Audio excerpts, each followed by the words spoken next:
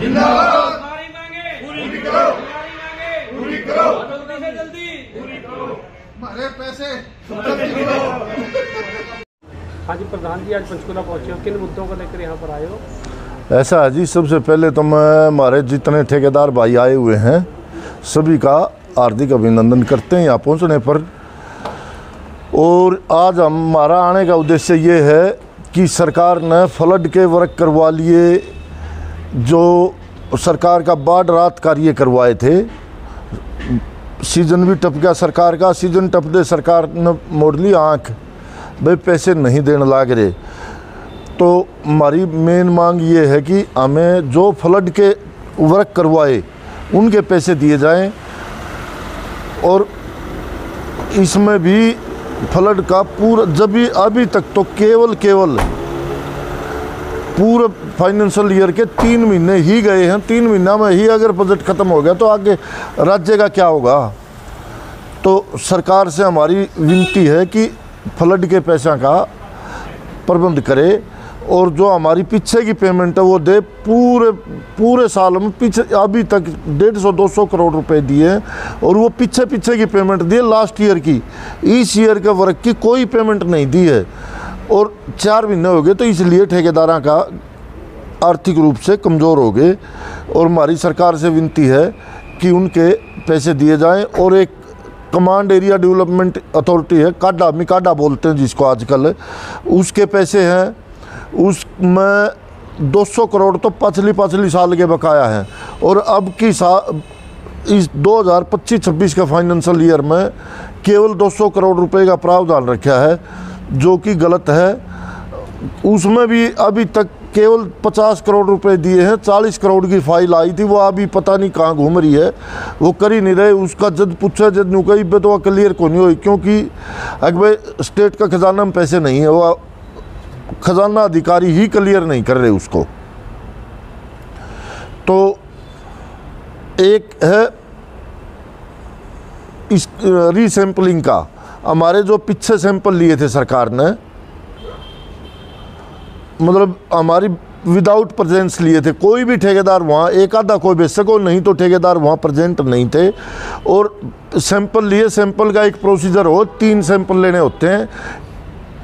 इन लिया एक, और वही वो हमें पता नहीं ना हमारे वाला भेजा या किसी और का भेजा। तो हमारी सरकार से पुरजोर मांग है कि हमारी पुरजोर मांग है कि हमारे रीसैम्पलिंग की जाए। और जहाँ से ये सैंपलिंग करवाई है, पास या फेल जहाँ भेजे गए हैं, they are not approved by BIS। और विदाउट BIS की कोई वैलिडिटी नहीं है। वो हमारे भारत सरकार का एक उपक्रम है जो उनको अप्रूव करता है, भाई ये सैंपल पास या फेल करने के, उनको टेस्टिंग के योग्य है या फर्म।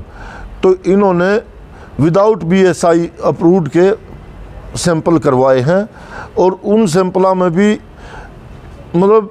इन माइनर से पॉइंटा पर निकाल दिए। जैसे किसी के 8 पॉइंट पास है, 1 फेल है, तो वो फेल ही कर दिया, जबकि ओवरऑल में वो पास है। अच्छा, फिर इन्होंने 3 सैंपल लेने थे, 3 में तो एक ठेकेदार के पास रहना था, एक इनका डिपार्टमेंट के पास और एक जाना था टेस्टिंग के लिए।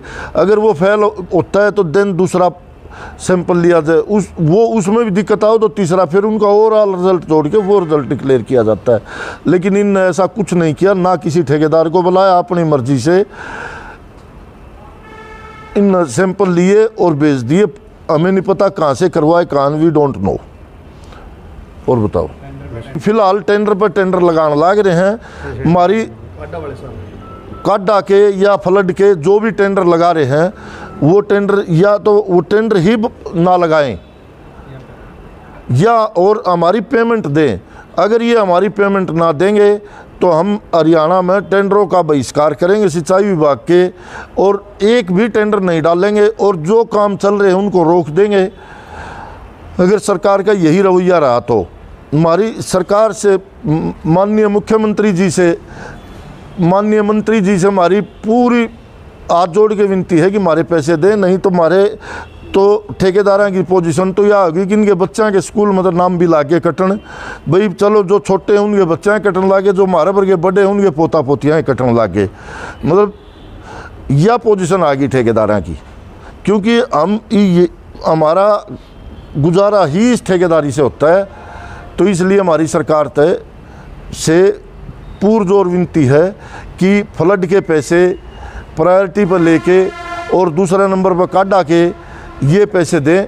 हाँ, कंस्ट्रक्शन में भी जो वाटर कोर्सेज वगैरह है उनके पैसे देने की कृपा करें।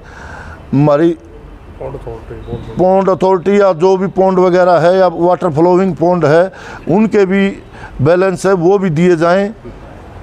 तो और बताओ।